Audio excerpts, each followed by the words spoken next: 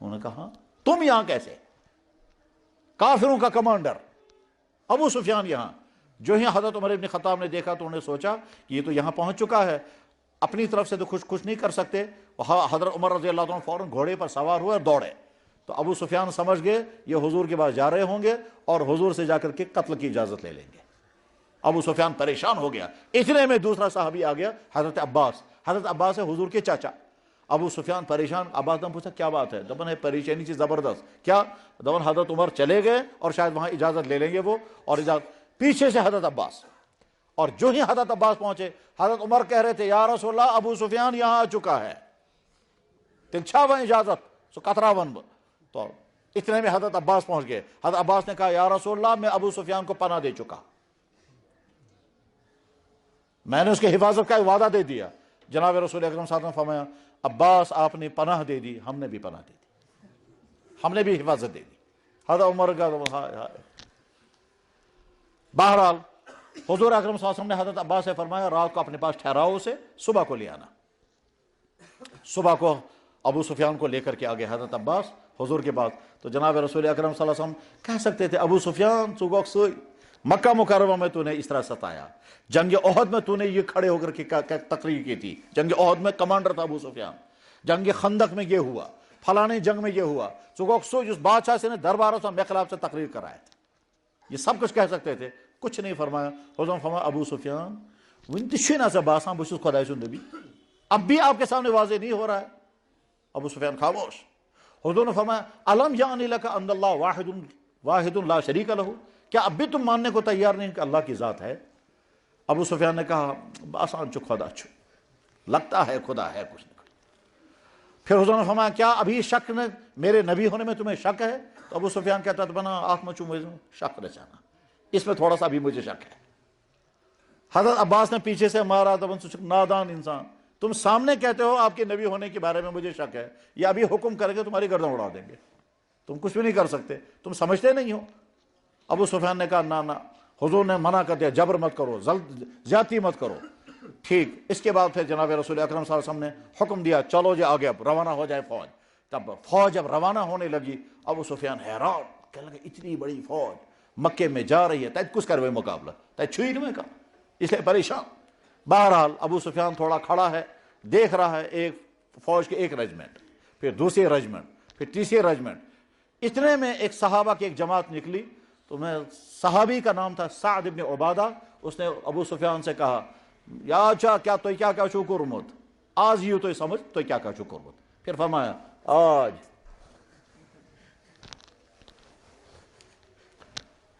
بخاری شریف میں جملہ موجود ہے الیوم یوم الملحمہ، آج تمہارے ٹکڑے کرنے کا دن آ گیا، آج تمہارے خون بہانے کا دن آ گیا، آج تمہارے انتقام لینے کا دن آ گیا۔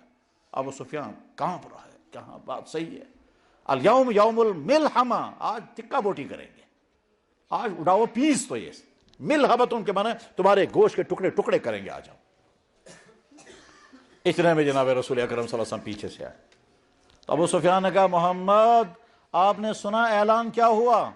حضور نے فرمایا کیا اعلان ہوا؟ کہتا یہ اعلان ہو رہا تھا، آپ کا کمانڈر ایک اعلان کر رہا تھا سعد ابن عبادہ، الیوم یوم الملحمہ، آج ٹکا بوٹی کرنے کا دن ہے۔ حضور نے فرمایا ہاں یہ کس نے کہا؟ آج رحم کرنے کا دن ہے، الیوم یوم المرحمہ۔ اور فرمایا کہ سعد ابن عبادہ سے جھنڈا واپس لے لو، اس کو کس نے اجازت دی یہ اعلان کرنے کی؟ آج رحم کرنے کا دن ہے، الیوم یوم المرحمہ۔ اس نے کہا تھا الیوم یوم الملحمہ، آج ٹکا بوٹی کرنے کا دن ہے، آج گوشت کے پیس پیس کرنے کا دن ہے۔ حضور نے فرمایا الیوم یوم المرحمہ، آج رحم کرنے کا دن ہے، جھنڈا واپس لے لو اس سے۔ اور ساتھ نے حکمت یہ کی کہ سعد ابن عبادہ سے جھنڈا لے لیا، جس رجمنٹ کا وہ سربراہ تھا، جس کا وہ زٹ تھا، اس کو ہٹا کر کے اس کا بیٹا بنا دیا، ناگوار تو کو سن کا سن، اس لیے اس سے جھنڈا لے کر اس کے بیٹے کے حوالے کر دیا، اور بیٹے کے حوالے کر دیا، کہا تھا کمانڈر شعبت چکیز کرو چھوت اعلان، چلو چون نیچو ہسے بناؤ اس کمانڈر۔ اس کے بعد پھر حضرت خالد بن ولید کو بلایا، فرمایا خالد باقی ہن چھن خطرہ چون چھو خطرہ ژٕ کر ہیورے حملہ گژھِتھ، اس لیے یہاں سے حملہ مت کرنا، یہاں سے کسی پر تلواریں مت چلانا، کوشش یہ کرنا لوگ بچ جائیں، کوشش یہ کرنا کہ خون نہ ہو، کوشش یہ کرنا لوگ قتل نہ ہوں، بچ بچ کر کے رہنا، جلدی مت کرنا۔ بہرحال، اور ساتھ میں حضور نے اعلان کہ مکہ مکرمہ میں چاروں طرف سے ہم داخل ہو جائیں گے، ایک طرف سے نہیں، کیونکہ ایک طرف سے داخل ہوں گے لوگ مقابلہ کرنے آئیں گے، جب چاروں طرف سے داخل ہوں گے تو مقابلہ کت کت کریں تھے۔ وہی ہوا، حضور نے اپنی فوج کے 5 حصے کر دیے، اور مکہ کے ایک فوج ایک طرف سے آ رہی ہے، دوسری فوج دوسری طرف سے آ رہی ہے، تیسری فوج، اور جھنڈا حضور کے اپنے ہاتھ میں تھا۔ حضور کے ساتھ صحابی تھے زبیر بن عوام، جب خانہ کعبہ میں داخل ہو گئے اور مکے والے مقابلہ نہیں کر سکے، پریشان گئے، دبن ہے وہ ہے کو نہیں کرت، اب جانوں کا مسئلہ آ گیا، ون کے اعلان پھلینی وڈائیوں، فلانے کو قتل کرو، فلانے کو قتل کرو، اب یہ اعلان ہوگا۔ اس لیے مکے کے تمام لوگ جمع ہو گئے خانہ کعبہ میں۔ جناب رسول اکرم صلی اللہ علیہ وسلم تشریف لے گئے پہلے اپنی چچیری بہن کے گھر، چچیری بہن کا نام تو ام ہانی گئے، حضرت علی کرم اللہ تعالیٰ بین ان کے گھر میں گئے، وہاں جا کر غسل فرمایا، اور غسل کرنے کے بعد سیدھے خانہ کعبہ میں، اور خانہ کعبہ میں کسی سے کوئی بات نہیں، سیدھے خانہ کعبہ کے اندر چلے گئے، اور اندر جا کر کے اپنے پہلے نماز ادا کی، اور نماز ادا کرنے کے بعد حضور نے سوچا میں وہی محمد ہوں کہ جب 8 سال پہلے یہاں سے جا رہا تھا مجھے کوئی پوچھنے والا نہیں تھا، مڑ مڑ کر دیکھتا تھا خدایا سو دو یہ کہ بہک بے واپس یو اور یت، اور جان بچا کر کے چھپ چھپ کر کے یہاں سے میں نکلا تھا، آج اس شان کے ساتھ میں آ رہا ہوں، کسی کی طاقت اب سامنے مقابلے میں نہیں ہے، آج جو میں مجھے مرضی وہ میں کر سکتا ہوں۔ بہرحال آپ نے بہت دیر اندر نمازیں پڑھی، نماز پڑھنے کے بعد جب باہر نکلے دروازے پر کھڑے ہو گئے، خانہ کعبہ کے دروازے پر مکے کے تمام کافر سامنے جمع ہیں، انتظار اس مجھ سے وہ کیا آرڈر نہیں اس متعلق، آرڈر کیا نکلنا چاہیے تھا، ایک ایک کو ان دشمنوں کو قتل کر دو، یہ آرڈر نکلنے والا تھا، نکلنا چاہیے تھا، مگر سلام محمد الرسول اللہ پر آپ کھڑے ہو گئے، فرمایا لا تثریب علیکم اليوم، میں چن کیسن کہیں گل، مجھے کسی سے کوئی شکوہ نہیں، مجھے کسی سے کوئی گلہ نہیں، مجھے کسی سے کوئی بدلہ نہیں لینا، اذهبوا انتم طلقاء، سب کو معاف کر دیا جاتا ہے۔ تمام حیران، عشاء صحیح ٹھیک، اسی میں کچھ لوگ کہیں گے دبن ہے باقین ایک ساری معاف گژھت مگر مہک نے معاف گژھت، موش جب جناب رسول اکرم صلی اللہ علیہ وسلم نے اعلان کیا تمام حیران ہو گئے، یہ کیا کہہ رہے ہیں، یہ تو سوال ہی نہیں پیدا ہو سکتا تھا ہم کو معاف کرنے کا۔ مطلب ایک سوچتا تھا میں نے ان کو یہ تکلیف پہنچائی، دوسرا سوچتا تھا میں نے ان کے صحابی کو شہید کیا، تیسرا کہتا تھا میں نے فلاں جگہ پتھر مارے ہیں، سب کو اپنے اپنے جرم یاد آ رہے ہیں، اور اس وقت اللہ کے نبی علیہ السلام فرمایا اذهبوا انتم طلقاء لا تثریب علیکم اليوم، مجھے کسی سے کوئی گلہ نہیں، مجھے کسی سے کوئی شکوہ نہیں، میں سب کو معاف کرتا ہوں، کسی کا کوئی بدلہ کسی سے نہیں لینا ہے، یہ انتقام نہیں لینا ہے، سب کو معاف کرنا ہے، یہ حضور نے عمل کر کے دکھایا۔ دنیا کی پوری تاریخ میں تمام بادشاہوں کی تاریخ میں، تمام جنگوں کی تاریخ میں یہ مثال کہیں نہیں مل سکتی، یہ صرف محمد رسول اللہ کی ذات اقدس ہے۔ اس کے بعد اب ایک ایک آدمی آنے لگا، یہ ایک ایک آدمی بڑے بڑے مجرم تھے، انہیں میں سے ایک عورت آئی، کہنے لگا حضرت آپ شاید مجھے نہیں پہچانتے ہوں گے، میں ابو جہل کی بہو بغیس ابو جہلس نوش، تو شپا تھے ابو جہل کیا اس بغیس اکرمہ خانداری، اکرمہ کو ابو جہل نیچو، اکرمہ وہ شخص ہے جو جنگ بدر میں حضور کے مقابلے میں، جنگ احد میں حضور کے مقابلے میں، جنگ خندق میں حضور کے مقابلے میں ہر جگہ کمانڈر بن کر کے آتا تھا وہ، اور نہ جانے کتنی مرتبہ تکلیفیں اس نے پہنچائی، کتنے صحابہ کو اس نے دکھ پہنچائے۔ یہ اکرمہ کہتا ہے باقین ہے سارنی معاف بنی مگر میں گیس نے معافی، اس لیے بسال سسول۔ اس کی بیوی ام حکیم حضور کی خدمت میں کہ لگا یا رسول اللہ میرا شوہر اکرمہ ہے، اس کے یہ بچے ہیں، وہ تو کہیں جان بچا کر کے چلا گیا ہے، تمس متعلق کیا حکم چھ؟ حضور فرمو سارنی معاف تمس تش معاف۔ اب ام حکیم اس کی بیوی نکلی بساڑن چھکیتی خاندان، بچے وہیں چھوڑے اور نکلی ڈھونڈنے کے لیے، مہینوں کا سفر کرنے کے بعد کہیں یمن پہنچی، اور یمن میں اس کا وہ شوہر تھا تو بن ہے پاک سے اچھا معافی، شوہر کہتا ہے نادان سارنی ہے کہ معافی بنے، کم سے کم میں کہ معافی بنی زہین، کیا میں نے تو یہ کیا ہے، اس نے کہا سب کو معافی مل چکی ہے چلو تم، بہرحال وہاں سے واپس چلے۔ ام حکیم بیوی کا نام ہے، اکرمہ اس کے شوہر کا نام ہے۔ اب جب یہ پہنچے ہیں مکہ مکرمہ تو اس کو ڈر ہے، کیا لگا نا ممکن چکے نا کہ مجھے تو معاف نہیں کر سکتے، اس ڈر کر کے وہ اکرمہ جو ہے وہ حضور کے پاس نہیں آنا چاہتا تھا، لیکن بعد میں جب اس کو مجبور کیا گیا تو یہ سوچ کر کے کہ کم سے کم مجھے تو معاف نہیں کریں گے، وہ آیا، مگر تو جناب رسول اکرم صلی اللہ علیہ وسلم کو جو ہی معلوم ہوا کہ اکرمہ آ رہے ہیں، حضور نے ہاتھ پھیلا کر کے کہا آ جاؤ اکرمہ آ جاؤ، تم کہاں چلے گئے تھے، سکو تو سو گمت میں ساری معاف کروں، مجھ سے چھی معاف۔ اکرمہ بار بار کہتا ہے میں سوچتا تھا کم سے کم زبان سے تو گلا کریں گے۔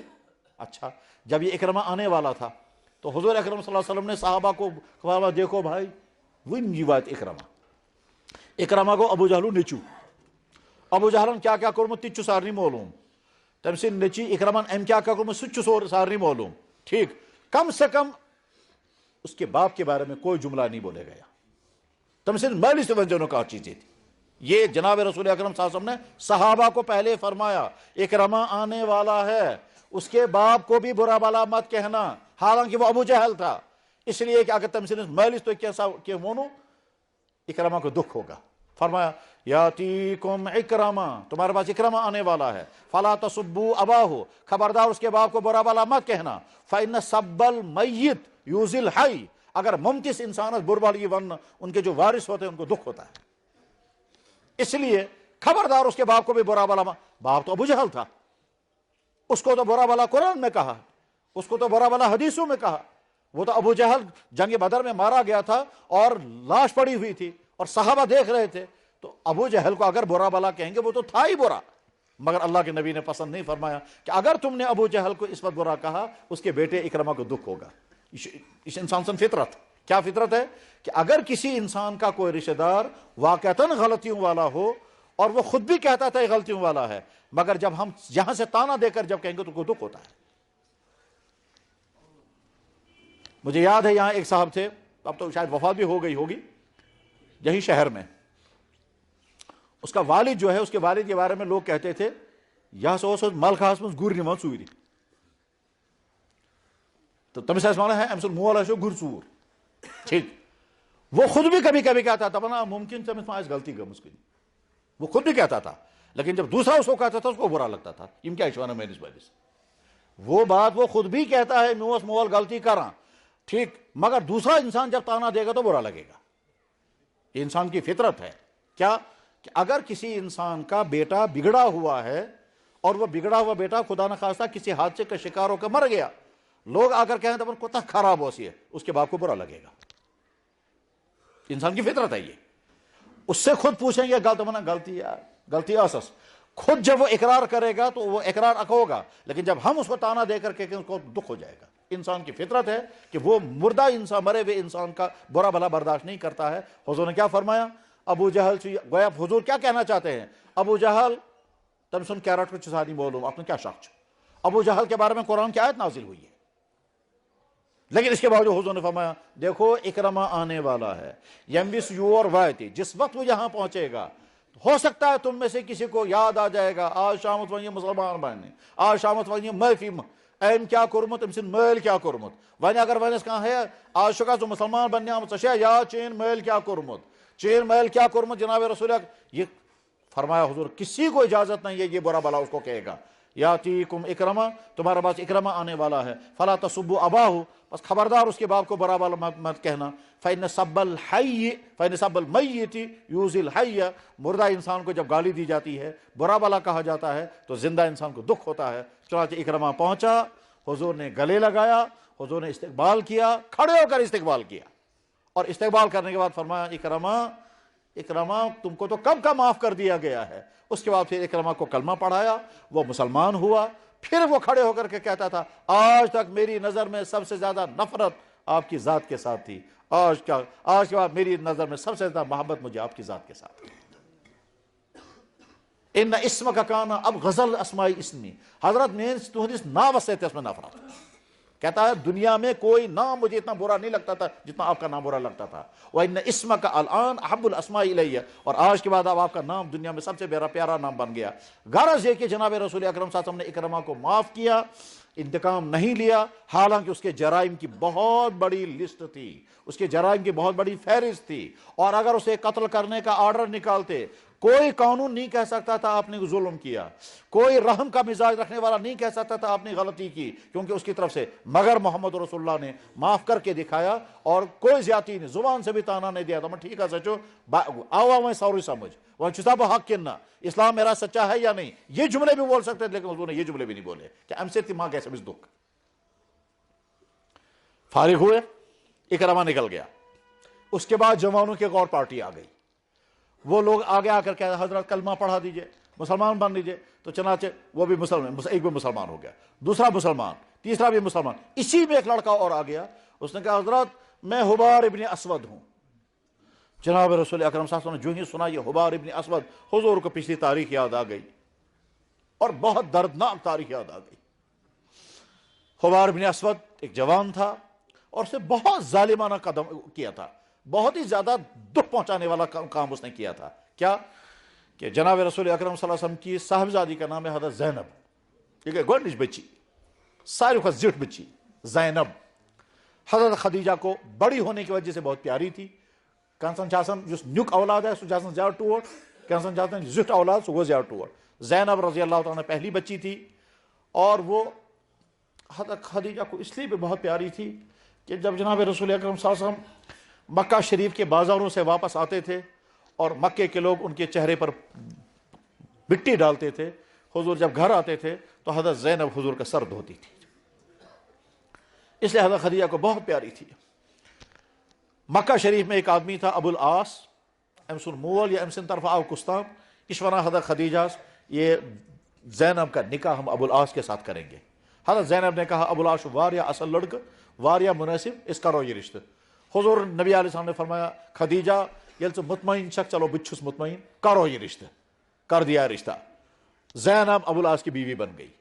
اس وقت تک ابو العاص مسلمان نہیں بنے تھے، بہرحال سلسلہ چلتا رہا، دور آگے بڑھتا گیا، یہاں تک کہ اللہ کے نبی علیہ السلام مکہ شریف سے مدینہ شریف تشریف لے کے ہجرت کر کے زینب اپنے شوہر ابو العاص کے پاس مکہ شریف میں ہے۔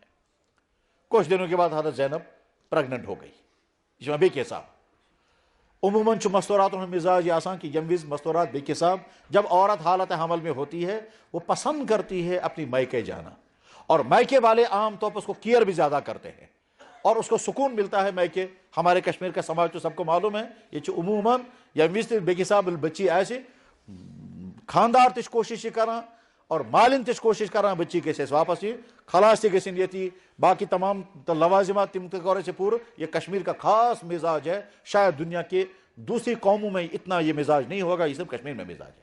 حالانکہ اس میں بعض دفعہ ظلم بھی ہوتا ہے لڑکی کے والدین پر، جو خرچے شوہر کو برداشت کرنے ہوتے ہیں وہ لڑکی کے والدین کو برداشت کرنے پڑتے ہیں، جو خدمت ان کو شوہر کو کرنی چاہیے وہ خدمت ان کو کرنی ہوتی ہے، لیکن اس کے پیچھے بہرحال محبت ہوتی ہے۔ اور یہ کشمیر کی خصوصی بات ہے، یہ یہاں جتنا کیئر کرتے ہیں اپنی اس بیٹی کا، جو بیٹی پریگننسی کی حالت میں ہو رہتے وادن تم اس خدمت کرا ٹھیک۔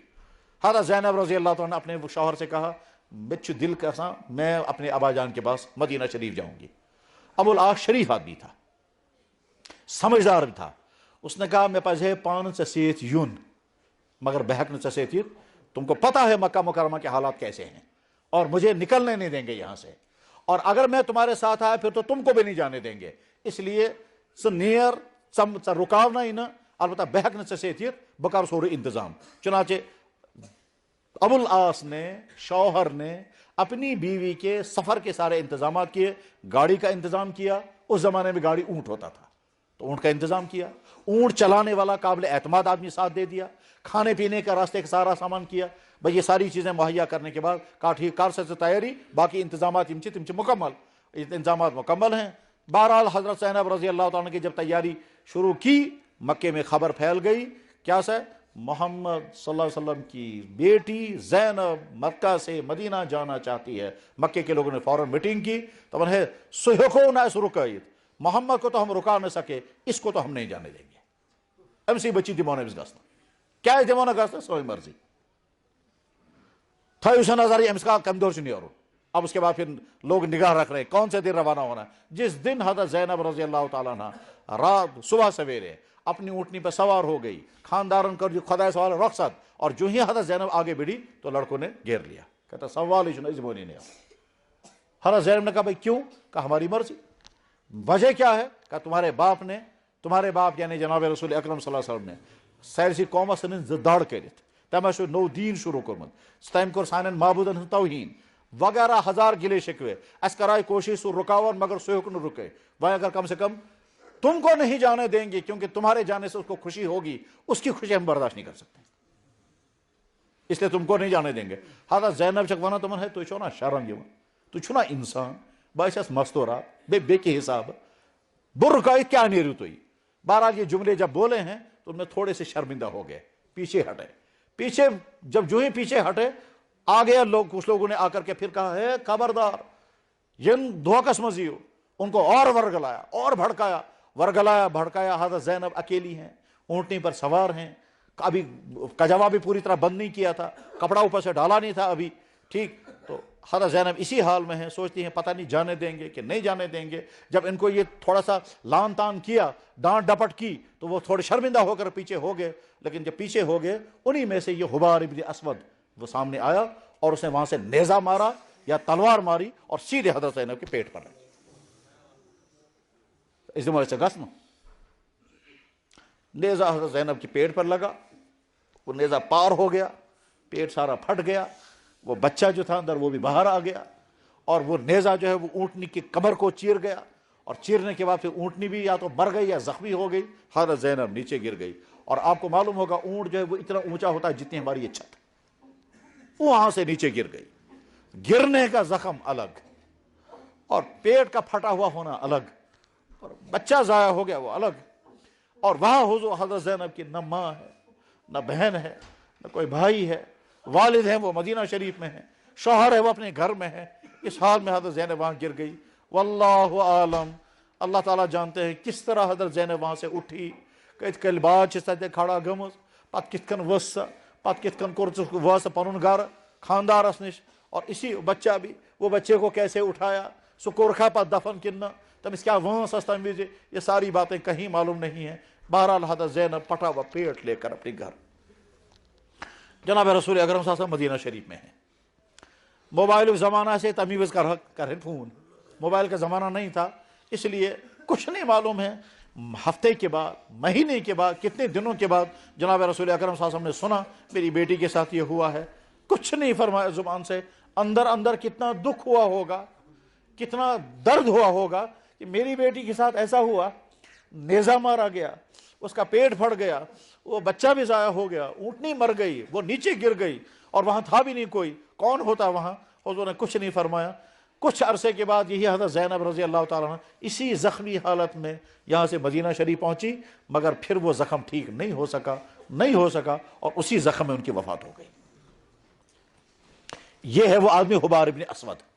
اب جب جناب رسول اکرم صلی اللہ علیہ وسلم مکہ مکرمہ فتح کر کے بیٹھے ہیں، ٹھیک، اکرمہ کو معاف کر چکے ہیں، اب آیا حبار ابن اسود۔ حضرت بوئی گو سو بدبخت انسان یم تہذ بچی سے یہ کورمت، میں ہوں وہ شخص جس نے آپ کی بیٹی کے ساتھ ایسا کیا تھا۔ حضور نے فرمایا کیا اراد؟ اور حضرت آ گئی معافی، دیم پڑھنے تم کلمہ، میں مسلمان ہونے کے لیے آیا ہوں اور معافی چاہتا ہوں۔ دنیا کے تمام انسان، صرف مسلمان نہیں، دنیا کی تمام قومیں، دنیا کے تمام قانونی ادارے، دنیا کی تمام عدالتیں، دنیا کے تمام انصاف پسند، دنیا کے تمام رحم کرنے والے اس صورتحال پر فیصلہ کریں کیا کرنا چاہیے، وہاں اس آدمی کے ساتھ کیا ہونا چاہیے تھا۔ مگر سلام محمد رسول اللہ پر آپ فرمایا حبار بس میں تم ہوتی معاف کرمت، آج بھی میں معاف کرتا ہوں، میرا کوئی گلہ نہیں ہے۔ تو نے میری بیٹی کے ساتھ کیا کیا، اور اس کے بعد پھر کلمہ پڑھایا، اور کلمہ پڑھانے کے بعد اس کو مسلمان بنایا، ورنہ کہہ سکتے تھے سکیت کلمہ پڑھنا بھائی، تم سے کیا مسلمان کہہ سکتے تھے، مگر نہ تو اس کے اسلام کو روکا اور نہ اسے کہہ سکتے تھے یہ حبار ابن اسود یہاں کیسے میرے سامنے آ گیا، تو ایسا نہ گور آتی کتنے ووت میں تام صحابہ سے کہتے تھے تو اس وقت زندہ یہ آو میں برونٹ تام تو ہیکو نہ کہیں مسکرت بیٹھے، صحابہ سے کچھ نہیں فرمایا۔ یہ کردار معاف کرنے کا صرف محمد رسول اللہ کی زندگی میں، وَلْيَعْفُوا، معاف کرنا سیکھو، یہ معاف کرنا سیکھو کہ یہ مثال دنیا کا کوئی انسان پیش نہیں کر سکتا۔ شریف سے شریف، نرم مزاج سے نرم مزاج، سوچ بھی نہیں سکتا ہے اس طرح کے ایسے وقت میں انسان اپنے آپ کو قابو میں رکھے۔ سلام محمد رسول اللہ پر۔ یہ حبار بن اسود اس کے بعد زندہ رہا، مسلمان رہا، اور اس کے بعد اس کی نسل آگے چلی، اور وہ بار بار کہتا تھا بگو سو بدبخت انسان یم یہ حرکت کر مجھ سے، بگو سو خوش قسمت انسان کہ میرے ساتھ اللہ کے نبی نے یہ کیا تھا۔ خود کہتا تھا بدبخت، اور خود کہتا تھا۔ اب یہیں تھے جناب رسول اکرم صلی اللہ علیہ وسلم تشریف فرما، کرہن انسان حبشی یشونن انا وحشی ابن حرب قتلت حمزہ، حضرت بگو سو فلانی انسان، جنگ احد میں نے آپ کے چچا کو نیزہ مارا تھا، اور وہ نیزہ یہاں لگا تھا اور یہاں سے پیچھے سے نکل گیا تھا، اور اس کے بعد پھر حضرت حمزہ وہیں گر گئے تھے، اور اس کے بعد پھر وہ ایک عورت آئی تھی ہند، اس نے حضرت حمزہ کا اندر سے جگر نکالا اور اس کو چبایا، کوشش چبانا بچمس رات مگر چم چن کے استنا، ٹھیک، ہندا نے کر کے دکھایا میں جگر چباؤں گا اس کی، کیونکہ حضرت حمزہ رضی اللہ عنہ غزوہ بدر میں چند کافروں کے مقابلے میں جب وہ کافر مارے گئے تھے تو ہندا نے اس وقت کہا تھا اگر میں موقع بچمس رات، اگر میں موقع جیسے کرہ نماز کھمس یہ کاشر ونان، مگر کھومت آستام کیسے، ہندا وہ عورت ہے کہ جس نے حضرت حمزہ رضی اللہ عنہ کا کرہ نماز چبایا ہے، اور کان کاٹے، آنکھیں نکالی، اور اس کا ہار بنا کر کے، آہا میں دل خوش۔ وحشی ابن حرب نے حضرت حمزہ کو زخمی کیا، حضرت حمزہ نیچے گر گئے۔ یہ وحشی ابن حرب اب جناب رسول اکرم صلی اللہ علیہ وسلم کے سامنے کھڑا ہے، حضور نے فرمایا کیا سچ اراد، اور حضرت آ گئی میں تھی، اور دویم اگر عنایت صاحب دی کلمہ پڑھ رہی ہوں، مسلمان بنائے۔ چنانچہ جناب رسول اکرم صلی اللہ علیہ وسلم نے وحشی کو مسلمان بنایا، کلمہ پڑھایا، فرمایا بس ایک اتنی بات ہے میرے سامنے مت آیا کرو، کیونکہ تمہارے سامنے آنے سے مجھے وہ چچا کا حال یاد آتا ہے، ان کی لاش پڑی ہوئی تھی، ان کی آنکھیں نکالی تھی، ان کے ناک اور کان کٹے ہوئے تھے، ان کا جگر نکال کے چبا کر کے تھوکا ہوا تھا، سو منظر میں یاد پہ، اور جب وہ منظر مجھے یاد، تم آتے ہو مجھے یاد آئے گا، تم کو اس سے تکلیف ہوگی۔ تکلیف کیا ہوگی؟ نبی کے دل میں اگر کسی ایمان والے کے متعلق بدزنی آ گئی، وہ ایمان والا برباد ہو جائے گا۔ تو بکارا ہی نہیں کی، میں تو کچھ نہیں کروں گا، مگر میرے دل میں جو تمہارے متعلق آئے گا اللہ تعالیٰ کا غضب آ جائے گا تم پر، اس لیے میرے سامنے مت آیا کرو، بس اتنی مہربانی سہکا یوتہن کریت کہ کم سے کم میں برونٹ کا نزدیک درخواست کر رہے ہیں۔ اس نے کہا حضرت بالکل تسلیم، تو برونٹ کرنا بلکہ مدراس ہوئی، میں سب دے، مجھے آپ کی عنایت مل گئی، مجھے معافی عنایت مل گئی، مجھے کلمہ پڑھا دیا آپ نے، مجھے مسلمان بننا نصیب ہو گیا۔ اب وہ اگر تہن منشا یہ چھ کہ باس نے تو برونٹ کر دیون بڑی من زائیں روزے ہی مکہ مکرمہ پر، چنانچہ اسی وقت وہ وہاں سے نکل گیا، نہ مکہ میں رہا نہ مدینہ میں رہا، ملک شام چلا گیا۔ اور جب مدینہ طیبہ میں ملک شام میں اس نے سنا کہ جناب رسول اکرم صلی اللہ علیہ وسلم آخری دنوں میں ہیں، بیماری کی حالت میں ہیں، تم ہے کم سے کم آخری زیارت کر، آیا وہ ملک شام سے، اور چوری چوری حضور کو دیکھتا تھا کہ حضور نظر گس نمے پہ، حضور مجھے دیکھنے نہیں چاہیے، کیا میں وعدہ کروں باس نہ تو برونٹ کرنی ہوئے، مگر کم سے کم آخری زیارت کر، چوری چوری اس نے دیکھا، سامنے نہیں آیا۔ اور جب حضور دنیا سے رخصت ہو گئے، اس کے بعد پھر ابو بکر صدیق رضی اللہ تعالیٰ عنہ کے خلیفہ بن گئے۔ ملک یمنس مز کور ایک شخصن اعلان بہ چھس خدائے سن نبی، حضرت ابو بکر صدیق رضی اللہ عنہ فرمایا یہ کس دراو کس خدائے سن نبی، نقلی نبی۔ ابو بکر صدیق رضی اللہ تعالیٰ عنہ فرمایا گۄڈنِچ کٲم گوٚو یہ گند صاف کریں، یہ گندا صاف کرنا۔ وحشی ابن حرب آ گیا دپان حضرت اخ مہربانی یس یہ فوج تو روان کرن چھو بہ کروس ات شامل، مجھے اس میں شامل کریں، کیا میں ہسا چھس اتر کورمت، میں نے وہ برا کام کیا ہے، کون سا؟ حضرت حمزہ کو، اور مجھے آرٹ ہے نیزہ مارنے کا، یہ نیزہ مارنے کا آرٹ مجھے ہے، اس آرٹ نے حضرت حمزہ کو شہید کر دیا تھا، ممکن جو خدا تعالیٰ ماں میں دی میں توفیق یس نقلی نبی چھو ہٹاون بہ۔ چنانچہ وحشی کو اس فوج میں روانہ کر دیا گیا، اور اس فوج میں جب روانہ کر دیا گیا پہنچ گئے ملک یمن، تاکہ سو مسلمہ کذاب نقلی نبی تم اس اعلان کرنا بہ چھس خدائے سن نبی۔ اور جب جنگ شروع ہو گئی تو وہ بیٹھا ہوا تو اوپر، اور ایک کھڑکی سے دیکھ رہا تھا اور ایک وہاں سے دیکھ رہا تھا، تو وحشی ابن حرب دیکھ لیا ہو کہ چبی ہے، تو باقی کہاں ہے کہیں تھا، مگر میرے پاس آٹھ ہے، اس نے یہاں سے وہ نیزہ مارا، یہ نیزہ مارنا جانتا تھا، اور اتنا نشانہ مارتا تھا کہ اگر یہاں سے ارادہ کرے گا نیزہ ناک پر لگنا چاہے ناک پر لگتا تھا، اگر یہ ارادہ کرتا تھا آنکھ میں تو آنکھ میں لگتا تھا، اور آدمی بچانے کی کوشش میں بھی بچا نہیں پاتا تھا، اتنا آرٹ تھا اس کے پاس نیزہ مارنے کا۔ چنانچہ اس نے نیزہ مارا اور وہ مسلمہ کذاب کی آنکھ میں لگا اور وہ نیچے گرا اور اسی سے مسلمہ کذاب مر گیا۔ وحشی ابن حرب سے جب پوچھا جاتا تھا کیا سے سبحانتا حضرت حمزہ کس کن کورس شہید، سو ونا ہے حضرت حمزہ جو میں شہید کورمت مگر تاس سے چھنا میں بیا کام تہ کرمت، سو گو مسلمہ کذاب بھی میں نہیں مارا ہے۔ اللہ نے وہ اس بہت برے کام کے بدلے میں اللہ نے یہ کام مجھ سے ادا کرا ہے۔ اگر جناب رسول اکرم صلی اللہ علیہ وسلم نے اس کو معاف نہ کیا ہوتا تو یہ منظر سامنے نہ آتا۔ معاف کرنا بہت بڑی صفت ہے، اللہ کے نبی علیہ السلام اس طرح سے معاف کرتے تھے۔ جنگ بدرس مز آئے کہ کافر گرفتار، ان کو جب پکڑ کر لایا گیا مدینہ شریف میں، حضرت عمر ابن خطاب رضی اللہ عنہ حاضر ہو گئے کہ حضرت یم گرفتار کرچھنا انمت، یہ جن لوگوں کو ہم نے گرفتار کر کے لایا امم اخ نفر امس ناو سہیل، تو پتہ یہ کس حضور فرمایا ہاں حضرت یہ گو سو انسان جس تہ خلاف مسلسل تقریر کران، یہ وہ انسان ہے جو آپ کے خلاف اور تقریر کرتا تھا۔ وہ کیسے؟ ظہر کے بعد خانہ کعبہ میں کھڑے ہو کر تقریر شروع کرتا تھا حضور کے خلاف آفتاب ڈوبنے تک، آفتاب ڈوبنے کے بعد پھر کچھ کھاتا تھا یا شراب پیتا تھا، پھر تقریر شروع کرتا تھا صبح تک اور حضور کے خلاف بولتا رہتا تھا اور بہت تیز زبان تھا۔ حضرت عمر بن خطاب رضی اللہ عنہ حضرت باقی حق نے کہیں درخواست کرے، البتہ اخ چیز دی تو میں اجازت، اس کی زبان تھوڑی سی میں کاٹوں گا اور اس کے دانت میں توڑ دوں گا، کیونکہ اکشن کا سب برداشت یہ تو خلاف یہ تقریر کران چھو تم چھ ناقابل برداشت جملہ آسان اس تو خلاف یہ بولان چھو۔ حضور نے فرمایا اجازت نہیں، کہ لگا نہیں یا رسول اللہ مجھے اجازت دے دیں، اس کے میں دانت دو تین توڑوں گا تاکہ اسی تقریر کران چھو یہ حق نکات کرے، اور اگر نہیں تو تھوڑی سی زبان بھی کاٹوں گا تاکہ تو خلاف حق نہیں تقریر کرے۔ حضور نے فرمایا اجازت نہیں۔ حضرت عمر کہہ رہے یا رسول اللہ اجازت دے دیجئے، حضور نے فرمایا بالکل اجازت نہیں۔ کہا حضرت تو چھو نا یہ کیا کا تقریر چھو آسان اس کے خلاف کرن تو ہی خلاف کرن۔ اس میں کچھ باتیں بہت ناقابل برداشت تھی۔ کیا؟ وہ جب مسلمانوں کی عورتوں کے متعلق تقریر کرتا تھا۔ اگر کسی انسان کی بیٹی کے بارے میں کوئی انسان جملے بولنے لگے کون برداشت کرے گا؟ اگر کہا انسان یہ ونی پھلے انسان چھنا تم سے مستورات تم چھ پھلے نس سیت تو پور گھر تھی برداشت نہیں ہوگا۔ یہ شخص یہی تقریریں کرتا تھا کہ مسلمانوں کی عورتیں فلانے کے ساتھ ہیں، مسلمانوں کی عورتیں فلانے کے ساتھ ہیں، مسلمان کے گھر میں جو بچہ پیدا ہوا اس کا ہے ہی نہیں، وہ کسی اور کا۔ بہرحال یہ تقریریں وہ کرتا اور حضور کی ذات اقدس پر حملے کرتا تھا اور برداشت نہیں ہوتا تھا صحابہ سے۔ حضرت عمر نے کہا یا رسول اللہ میں دی تو اجازت، باقی کا رسم کی ہی نہ، تھوڑی سی زبان میں کاٹوں گا دانت توڑوں گا تاکہ یہ آپ کے خلاف تقریر نہ کر سکے۔ حضور نے اجازت نہیں دی۔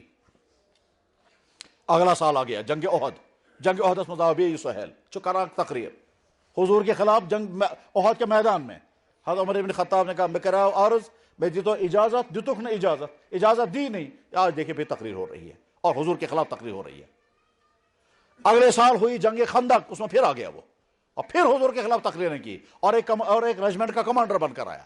اس کے بعد اگلے سال آیا پھر کچھ کیا، یعنی اس کا روٹین یہی تھا، یہی روٹین چل رہا تھا، یہاں تک کہ اب جب جناب رسول اکرم صلی اللہ علیہ وسلم نے مکہ مکرمہ فتح کیا، یہ سہیل یہ آیا حضور کے پاس، تو حضرت میں کیا حکم؟ معاف میں کو مطلب کیا حکم؟ ہے معاف کہیں نہ حکم چھو یہ سوچا ہے میں کیا اس کو ریمو معاف ممکن چھو بے کیا پلان آ سک۔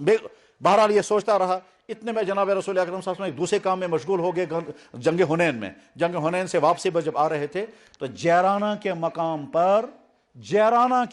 پر صحابی کو بلایا اور بلانے کے بعد فرمایا یم چھی ہتھ اونٹ یم نکھ تو سہیل ابن عمرو جس پھلے نہیں چھو تم اس کو میری طرف گفٹ، اس کو میری طرف سے ہدیہ دے دو۔ وہ کہتا ہے حضرت ٹھیک۔ وہ 100 اونٹ لے کر چلا جیرانہ سے اور پہنچ گیا سہیل کے پاس۔ سہیل چوتھا کافر عصمت، مکہ فتح ہو چکا تھا۔ یہ سہیل کے بعد جب پہنچا کہنے لگا بھائی کیا بات ہے؟ کہنے لگا جناب یہ اونٹ، کہ یہ کس کے اونٹ ہیں؟ کہ آپ کے۔ کہ میرے کیسے ہو گئے؟ کہنے لگا وہ محمد صلی اللہ علیہ وسلم نے بھیجے ہیں۔ انہوں نے کہا چک نادان انسان، میں ان کا تو کیا اس وزن تم تو میں جناب آپ کے لیے بھیجے ہیں۔ انہوں نے کہا بھائی میرے لیے کیوں بھیجیں گے؟ میں تو ان کا دشمن ہوں، میں تو کافر ہوں، میں نے تو تقریریں ان کے خلاف کی ہیں، میں تو ان کو۔ انہوں نے کہا جی آپ کے لیے بھیجے ہیں۔ انہوں نے کہا بھائی میرے لیے وجہ بھیجنے کی؟ کہنے لگا بس حضور نے آپ کے لیے ہدیہ بھیجا ہے، آپ قبول کر لیں۔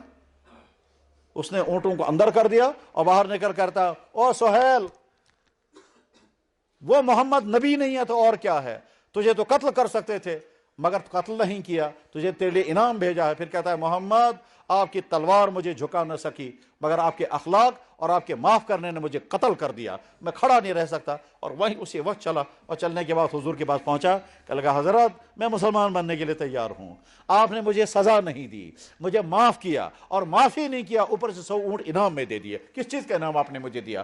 یقیناً آپ اللہ کے نبی ہیں۔ حضور نے فرمایا سہیل آج کے اس دن کا مجھے انتظار تھا، سکار بنک مسلمان۔ بولو کہ حضرت عمر کیا سو ونان تم دو؟ دپن حضرت مے کریو عرض مے ٲس أمِس زیو ژٹٕنۍ۔ دپن ونکس ونہٕ میں کیا کروں؟ دپن حضرت غلطی۔ اس وقت حضور نے فرمایا ایک وقت آئے گا سہیل کی تقریر سے میرے دین کو نفع ہوگا۔ چنانچہ جناب رسول اکرم صلی اللہ علیہ وسلم مدینہ شریف چلے گئے، 2 سال گزر گئے، اور اللہ کے نبی علیہ السلام اس دنیا سے رخصت ہو گئے۔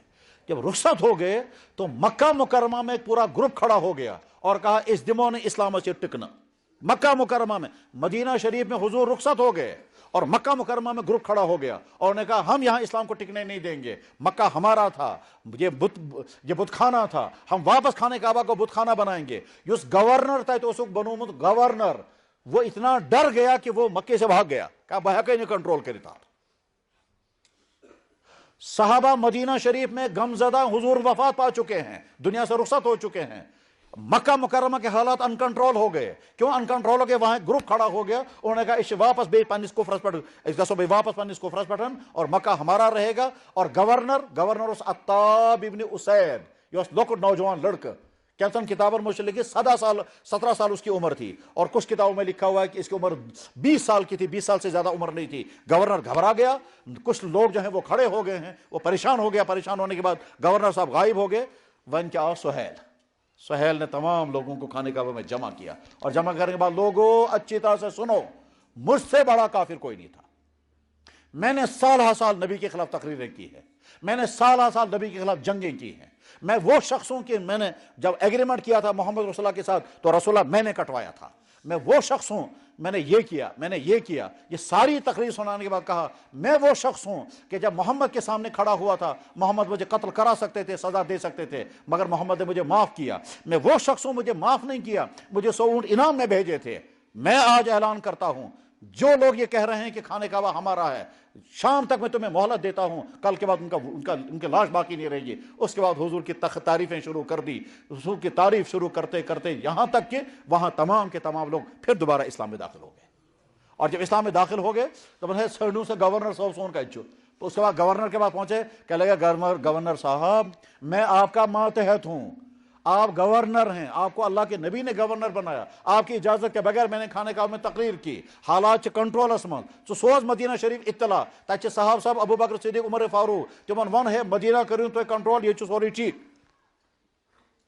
آدمی روانہ ہو گیا، جب مدینہ پہنچ گیا، مدینہ جا کر کے سارے حالات سنائے، سارے حالات سنا کر کے پھر مکہ حضور کے وفات، حضور کے رخصت ہونے کی جو ہی خبر پھیل گئی، مکے میں گروپ کھڑا ہو گیا، انہوں نے کہا ہم خانہ کعبہ کو واپس کافروں کے حوالے کریں گے، اس گسو واپس بے پنس کفرس مز۔ اس کے بعد پھر ہر ان کنٹرول ہو گئے۔ پھر سہیل نے تقریر کی، پھر اس طرح سے لوگوں کو سمجھایا، اور اس طرح سے پورا مکہ قابو میں ہے، کوئی گھبرانے کی بات نہیں ہے۔ جب حضرت عمر بن خطاب نے یہ سارا سنا، اور سننے کے بعد حضور اکرم صلی اللہ علیہ وسلم کی قبر مبارک کے بعد جا کر کہا السلام علیکم یا رسول اللہ، حضرت سلام کریو قبول، بسس گواہی دیوان سہیل ابن عمر نے وہ کام کر دیا جس کی آپ نے پیشن گوئی کی تھی، حضور نے معاف کیا تھا۔ تب میرے بھائیوں، معاف کرنے کا مزاج ہم اپنے اندر پیدا کریں۔ یہ معاف کرنے کے نتیجے میں زندگی کے بے شمار معاملات میں الجھنوں سے ہم بچیں گے۔ معاف کرون، غصہ برداشت کرنا، معاف کرنا، یا اپنے دل پر پتھر رکھنا ہے، مگر بے شمار معاملات میں بہت ساری مصیبتوں سے بچ جائیں گے۔ شوہر بیوی کو معاف نہیں کرتا، گھر ٹوٹتا ہے۔ بیوی شوہر کو معاف نہیں کرتی ہے، بچے برباد ہوتے ہیں۔ پڑوسی کو معاف نہیں کرتا ہے، زندگی بھر ٹکراؤ چلتا ہے۔ بھائی کو معاف نہیں کرتا، ساری زندگی لڑتے ہیں اور مقدمہ بازیاں کرتے ہیں۔ قوموں کو معاف نہیں کرتے ہیں، جنگوں کا سلسلہ چلتا رہتا ہے۔ محمد رسول اللہ صلی اللہ علیہ وسلم نے اپنے عمل سے کر کے دکھا دیا، کیا واعف عمن ظلمک، جو تم پر ظلم کرے اس کو معاف کر کے دکھاؤ، سل من قطعک، جو تم سے تعلق کاٹتا ہے اس کے ساتھ تعلق جوڑ کر دکھاؤ، واحسن الی من اساء الیک، جو تمہارے ساتھ زیادتی کرے اس کو ساتھ احسان کر کے دکھاؤ، واعف عمن ظلمک، اور جو تم پر ظلم کرے اس کو معاف کر کے دکھاؤ۔ معاف کرنا کڑوا ہے، مگر ثمرہ تو پھل اس کے بڑا میٹھا ہے۔ اگرچہ معاف کرنے کے لیے بڑا مشکل، نبی کا نمونہ معاف کرنا ہے، انتقام لینا نہیں، بس یہ ہمارا موٹو بننا چاہیے، نبی کا نمونہ معاف کرنا ہے، انتقام لینا نہیں۔ اور جب ہم انتقام لینے کے پوزیشن میں ہو اس وقت معاف کر کے دکھا دو، جب ہم بدلہ لینے کے پوزیشن میں ہو اس وقت معاف کر کے دکھا دو۔ یقین جانیں ایک طرف سے اللہ راضی ہوں گے، میرا یہ ایمان والا بندہ ویسا بن گیا جیسے میں نے اپنے قرآن میں آیت نازل فرمائی تھی اپنے ایمان والے بندوں کے متعلق، والعافین عن الناس، یہ لوگوں کو معاف کرنے والے ہیں۔ جب بندہ معاف کرتا ہے تو اللہ کے نبی علیہ السلام کا طریقہ ہم اپناتے ہیں، اور اللہ کے نبی فرمائیں گے میرا یہ سچا امتی وہی ہے، میں اس کے لیے نمونہ بنا، میں نے بھی اپنے دشمنوں کو، تکلیف دینے والوں کو معاف کیا، میرے امتی نے معاف کیا۔ ہمارا دین تو یہ کہتا ہے کہ خدا نہ خواستہ اگر کوئی غیر مذہب والا بھی ہماری ذات پر ظلم کرے، معاف کر کے دکھاؤ، یہ اعلیٰ درجہ ہے۔ وَلْيَعْفُوا وَلْيَصْفَحُوا أَلَا تُحِبُّونَ وَلَا مَنْ صَبَرَ وَغَفَرَ إِنَّ ذَلِكَ مِنْ عَزْمِ الْأُمُورِ، جو آدمی صبر کرے اور ظلم کرنے والے کو معاف کرے، ستانے والے کو معاف کرے، إِنَّ ذَلِكَ مِنْ عَزْمِ الْأُمُورِ، یہ اونچے درجے کا مقام ہے، یہ اونچے درجے کا درجہ ہے۔ اپنی زندگی کا ہم روٹین بنائیں گے کہ جب ہم کو کوئی تکلیف پہنچائے گا معاف کر کے دکھاؤ، انتقام نہیں۔ یہاں کے دفتروں میں کلیگ آپس میں ایک دوسرے کو تکلیفیں پہنچاتے ہیں، معاف کیوں نہیں کرتے؟ یہاں کے سکول والے دوسرے سکول والوں کو تکلیفیں معاف کیوں نہیں کرتے؟ پڑوسی کو تکلیف پہنچاتا ہے، معاف کیوں نہیں کرتے؟ بھائی سے لڑتا ہے، معاف کیوں نہیں کرتے؟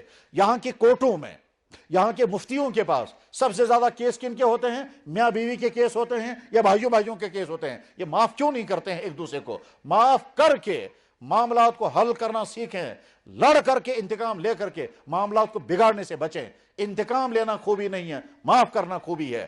حضرت عبداللہ بن مسعود رضی اللہ تعالیٰ عنہ کوفہ میں تھے، ان کا جوتا کوئی شخص اٹھا کر کے لے گیا، سب لوگوں کو افسوس ہو گیا، صحابی رسول، اور ان کا جوتا کوئی شخص اٹھا کر کے لے گیا۔ دوسرے دن یا تیسرے دن پھر ان کا جوتا غائب ہو گیا، تو لوگوں کو بڑا دکھ ہو گیا کہ حضرت ہم اس کو توبہ دعا، اس آدمی کو بددعا کریں جو یہ آپ کا جوتا روز لیتا ہے۔ تو حضرت عبداللہ بن مسعود نے دعا شروع کی تھی، یا اللہ میں نے اپنے اس بھائی کو معاف کر دیا جس نے میرا جوتا اٹھایا۔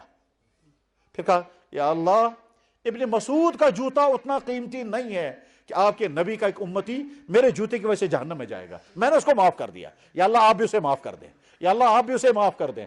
پھر کہا یا اللہ میں نے وہ جوتا اس کو ہدیہ کر دیا، یا اللہ اگر اس کی عادت چوری کرنے کی ہے تو آئندہ اس کو چوری کرنے سے محفوظ کر دے، یا اللہ اسے مجبور ہو کر کے چوری کی ہے تو یا اللہ اس کو دروازہ کھول دے اپنی رحمت کا، اور میں نے معاف کر دیا، آپ بھی اس کو معاف کر دیں۔ عبداللہ بن مسعود جوتا چرانے والے کو معاف کر کے کہہ رہے ہیں۔ ایک شخص کھڑا ہو گیا، کہنے لگا حضرت تیل پاس دوہائے تو ہن بڑھ کور چورنون ادائے برن دعا، یہ دعائیں تبھی مل سکتی ہیں۔ معاف کرنے کا مزاج، اور اگر معاف کرنے کا مزاج ٹھنڈا مزاج، نرم مزاج، حسن سلوک والا مزاج، حسن اخلاق والا مزاج، معاف کرنے والا مزاج، انتقام نہ لینے والا مزاج، زبان سے انتقام، ہاتھ سے انتقام۔ انسانوں کے مزاج کیا ہے؟ دبن بہاوے بکس گوس، ٹھیک، بٹکراوت، بکرے ڈوم، بٹکرا، یہ جو جملے انسان بولتا ہے یہ گویا انتقام کے جملے بولتے ہیں۔ طبعا ہم وہ ہیں، ہم اینٹ کا جواب پتھر سے دینا جانتے ہیں، ہم کسی سے کم نہیں ہیں۔ ہمارا دین، ہمارا نبی یہ نہیں سکھاتا، ہمارا نبی یہ سکھاتا ہے جب تمہارے پاس پاور ہو اس وقت کہو ہم معاف کرنے والے ہیں، ہم انتقام لینے والے نہیں ہیں۔ یہی ہمارے دین کی ایک اہم ترین خصوصیت ہے، اور ایمان والے کے اندر اللہ تعالیٰ شانہ یہی صفت پیدا کرنا چاہتے ہیں، اور اگر یہ صفت پیدا ہو جائے بے شمار الجھنوں سے انسان بچ جائے گا، اور اگر معاف نہیں کرے گا تو بے شمار انسان پھنس جائے گا۔ یہاں شہر میں ایک دفعہ ہوا، گاڑی والا آ رہا تھا، سڑک پر بچے کرکٹ کھیل رہے تھے، لڑکے نے شاٹ مارا، شاٹ مارنے کے بعد وہ گاڑی کو لگا، گاڑی کا شیشہ ٹوٹا، گاڑی والا نیچے اترا تو کیا ایشو ساڑھ کے بند گنا ساڑھا سا گند خطرہ، لڑکوں نے کہا آج ہڑتال سے کیا ادراک، ٹھیک، یہ کہتا ہے تو کم آئے ساڑھ کے پر، بہرحال اس پر ٹکراؤ شروع ہوا، یہ ٹکراؤ شروع ہوا، لڑکے اور جمع ہو گئے، اس کی گاڑی توڑ دی، وہ گیا تھانے میں جا کر کے رپورٹ کی، اس کے بعد پھر ان بچوں کے خلاف FIR، بس ایک لمبا سلسلہ، مقدمہ آج تک چل رہا ہے۔ اگر وہ بچے سوچتے بھائی گزرنے والا گزر رہا ہے، ہمیں روکنا چاہیے، ٹھیک، اب اگر اس نے غلطی کی تھی، شاٹ لگا تھا، اس کا شیشہ ٹوٹ گیا تھا، اگر وہ اسی بار معاف کر دیتا تو آگے مصیبت میں نہ پھنستا، آگے چل کر اس کی گاڑی بھی ٹوٹ گئی، آگے چل کر وہ لڑکوں کے خلاف بھی کیس مقدمہ چل رہا ہے، آج تک گاڑی تھانے میں بند ہے اور ان کے خلاف مقدمہ چل رہا ہے۔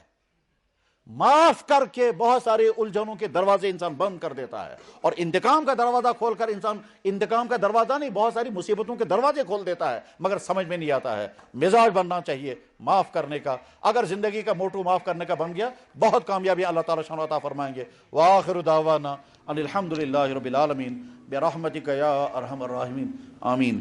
میرے بھائیوں، یہ جو جناب رسول اکرم صلی اللہ علیہ وسلم کے مبارک زندگی کے قیمتی واقعات سامنے آتے ہیں، بس اس کی وجہ سے حضور کے ساتھ ہماری محبت اور بڑھ جانی چاہیے، بہت بڑھ جانی چاہیے۔ اور یہ بات میں اس لیے عرض کر رہا ہوں کہ حالات بے انتہا خطرناک ہیں، بے انتہا خطرناک اور مشکل صورتحال آ گئی ہے۔ اور مشکل صورتحال یہ ہے کہ میں واقعہ سنا کر کے بات ختم کروں گا، اسے آپ خود سمجھ جائیں گے کہاں تک نوبت آ گئی ہے۔ اس شہر کے اندر ایک لڑکا چرچ گیا، دوسرے لڑکے نے اس کے باپ کے پاس آ کر کہا چون بچہ سو کہتا چرچس مز گسان۔ یہ باپ اس سے کہتا ہے اب تم سے کیا فرق پی؟ اس نے کہا ممکن جو سما گش اور یور، ممکن جو سما ڈیلی۔ یہ باپ کہتا ہے تو ڈیلی کیا، یہ نبی مون نہ ہو نبی مانون، فرق کیا پی؟ بس یہ سمجھ لیں اب حالات کہاں تک ہے۔ یہ اس شہر کا آدمی ہے اور افسر ہے، پڑھا لکھا ہے، وہ یہ جملے بول رہا ہے۔ اس کے مطلب ایمان والوں کو یہ ایمان والا جان ہی نہیں رہا ہے کہ میں کس نبی کو مانتا تھا، اور اس کے بجائے میں کسی اور نبی کو مانوں گا تو میں کہاں پہنچ جاؤں گا۔ اس لڑکے نے کہا تو اگر یہ شکوانا کہ یہ نبی مون نہ ہو نبی مانون تیل کر تو مشید من اعلان سا، یہ ونان ہے بہ کیازِ کر اعلان، یم ونس آسہِ ژٕ مہ کر اعلان ول بہ کر اعلان۔ یہ ونان ہے نہ مہربانی مہربانی، یس کت کر دن مشید مز میں تراؤنی نہ پتہ محل ول۔ میرے بھائیو، حالات یہاں تک آ گئے، حالات یہاں تک آ گئے کہ ایک تعلیمی ادارے میں پروفیسر صاحب، مسلمان گھر کا پروفیسر، مسلمان گھر میں پیدا ہونے والا، اچھا پتا سچھاتے مسلمان کننا، وہ کھڑے ہو کر کہتا ہے محمد صاحب بہت اچھے آدمی تھے مگر بیکورڈ زمانے میں تھے، آج فارورڈ زمانہ ہے، آج ان کا نہیں چلے گا۔ نوبت یہاں اپنے نبی کے ساتھ اپنا تعلق مضبوط، قوی، پختہ، آنکھ بند کر کے ایسا تعلق ہمیں اپنے نبی کے ساتھ ہے کہ کچھ بھی ہو جائے ہم اپنے نبی کا دامن ہاتھ سے نہیں چھوڑیں گے۔ اور آگے نہیں معلوم ہے حالات کیا آنے والے ہیں، ٹھیک آگے مشکل سے مشکل حالات، ایسا ہو سکتا ہے کہ حالات وہ آ جائیں کہ یا تو تمہیں محمد کا دامن چھوڑنا ہے تو جانیں بچیں گی، اور یا پھر اگر جان بچانی ہے تو محمد کا دامن چھوڑ دینا ہے۔ اس وقت وہی بچ سکے گا جس کا تعلق اپنے نبی کے ساتھ مضبوط ہوگا، ورنہ نہ جانے کتنے فوراً زو بچ، فی الحال کو زو بچن پتو سوچو پت کیا گئے۔ بیش ہمارا تعلق اپنے نبی کے ساتھ ایسا کہ یا اللہ ہم نہ پیسے کی بنیاد پر اپنی نبی کا دامن چھوڑیں گے، نہ لالچ کی بنیاد پر، نہ جبر کی بنیاد پر۔ جب اتنا قوی ہوگا ایمان تو بھی بچ سکے گا۔ وآخر دعوانا ان الحمد للہ رب العالمین برحمتک یا ارحم الراحمین۔ پر درود شریف دعا کرو ذرا، واریاہ حضراتو چھ دعا خاطر وونمت، کینژن چھن اولاد تم چھ اولاد خاطر دعا، اخ چھ پرچہ یہ چھ ونان دعا خاطر، اور بہت سارے بھائی دعاؤں کے لیے کہتے ہیں، ساری امت کے لیے، اسلام کے لیے، اسلام کی حفاظت کے لیے، اور جن جن علاقوں میں اسلام کو مٹانے کے پلان بن رہے ہیں ان علاقوں میں اسلام کے محفوظ رہنے کے لیے دعائیں کریں۔ اللہ تعالیٰ قبول فرمائے۔ درود شریف۔ اللہم صلی علی سیدنا محمد وعلی آل سیدنا محمد واصحاب سیدنا محمد وبارک وسلم علیہم۔ الحمد للہ الذی ہدانا لہذا وما كنا لنہتدی لولا ان ہدانا اللہ۔ اللہم صلی وسلم وبارک علی سید المرسلین۔ اللہم یا رب العالمین صلی وسلم علی رحمت للعالمین۔ اللہم یا رب العالمین صلی وسلم علی خاتم النبیین۔ اللہم یا رب العالمین صلی وسلم علی سید الانبیاء والمرسلین وعلی آلہ واصحابہ اجمعین۔ یا رب العالمین، یا اللہ ہم آپ کے اس گھر میں حاضر ہیں، یا اللہ جمعے کی نماز کے لیے آپ کو سجدہ کرنا ہے، یا اللہ جب حی علی الصلاۃ کا اعلان ہوا اگر ہمارے اندر ایمان نہ ہوتا تو یا اللہ ہم یہاں نہ آتے، کوئی اپنے دکان میں ہوتا، کوئی اپنے دفتر میں ہوتا، کوئی اپنے گھر میں ہوتا، کوئی خرافات میں ہوتا، مگر تھوڑا سا کمزور ایمان ہی صحیح ہے، تبھی تو یا اللہ یہ سوچ کر کہ جمعے کا دن ہے ہم آپ کے گھر میں حاضر ہیں۔ یا اللہ آپ ہمارے اللہ ہیں، آپ کا نبی محمد رسول اللہ ہمارے نبی ہیں، ہم آپ کے بندے ہیں، آپ کے نبی کے امتی ہیں۔ یا اللہ ہم سچے دل سے پڑھتے ہیں اشہد ان لا الہ الا اللہ واشہد ان محمد رسول اللہ علی ہذہ الشہادۃ نحیا وعلیہا نموت انشاء اللہ رضینا باللہ تعالی ربا وبالاسلام دینا وبمحمد صلی اللہ علیہ وسلم نبی و رسولا وبالقرآن اماما وبالکعبۃ قبلۃ وبالصلاۃ فریضۃ وبالمؤمنین اخوانا وبالصدیق وبالفاروق وبذی النورین وبالمرتضی ائمہ رضوان اللہ تعالی علیہم اجمعین علی ہذہ الشہادۃ نحیا وعلیہا نموت انشاء اللہ۔ یا اللہ اسلام پر ہم قائم رہیں گے۔ یا اللہ عہد کرتے ہیں آپ کے گھر میں آپ کے دین پر ہم جمے رہیں گے۔ یا اللہ نہ لالچوں کی بنا پر اپنے دین کو چھوڑیں گے، نہ دھمکیوں کی بنا پر دین کو چھوڑیں گے، نہ غلط قانونوں کی بنا پر تیرے دین کو چھوڑیں گے۔ یا اللہ نہ جانے آئندہ اور کیسے کیسے اسلام کو بین کرنے کے قوانین بنیں گے۔ یا اللہ جیسے آج قانون بن رہے ہیں اسلام کے فلاں چیز کو پابند کر دو، اس میں مسلمانوں کی اپنی غلطیاں بھی ہیں، مگر بہرحال ان کافروں کو حق نہیں تھا کہ ہمارے دین کے متعلق کوئی قانون بنائیں۔ یا اللہ ہو سکتا ہے آگے اس سے خطرناک قانون بنے، ہو سکتا ہے آگے وہ قانون بنائے اذانیں بند، ہو سکتا ہے آگے قانون بنائے قرآن پڑھنا بند، ہو سکتا ہے آگے قانون بنائے برقعے کی پابندی۔ یا اکرم الاکرمین اس وقت ہم کو اس ایمان پر جمنا نصیب فرما دیجئے۔ یا اللہ نہیں معلوم ہے اس وقت کون جم سکے گا، جب آگے مشکلات ہوں گی، جب آگے لالچیں ہوں گی، جب عہدوں کے لالچ دیے جائیں گے اور نہ جانے کیا کیا تمنائیں خواب دکھائے جائیں گے۔ کتنے انسان خوابوں کے پیچھے آ کر مرتد ہو جائیں گے، تیرے نبی کا دامن چھوڑ دیں گے، اور کتنے انسان قانون کی زد سے بچنے کے لیے یا اللہ آپ کے نبی کا دامن چھوڑیں گے اور اپنی جانیں بچائیں گے، اپنے کاروباروں اور اپنے سٹیٹس کو بچائیں گے۔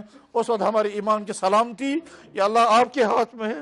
اللہ ہمارا ایمان سلامت رہنا چاہیے۔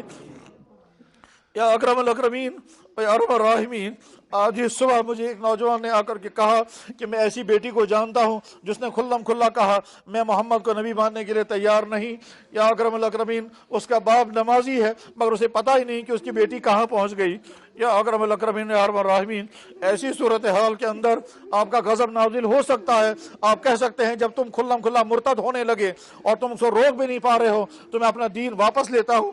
یا اکرم الاکرمین یا ارحم الراحمین، آج میرے بھائی نے مجھے بتایا کہ حضرت شاہ ہمدان رحمہ اللہ تعالیٰ کو آج کی رات یا آج کی صبح ایک بھائی نے خواب میں دیکھا۔ یا اکرم الاکرمین یا اللہ ہم عہد کرتے ہیں آپ کے دین پر جمیں گے۔ یا اکرم الاکرمین و ارحم الراحمین، آپ ہمارے اللہ ہیں، ہم آپ کے بندے ہیں، آپ کے نبی محمد رسول اللہ ہمارے نبی ہیں، ہم ان کے امتی ہیں، اسی دین پر قائم رہیں گے۔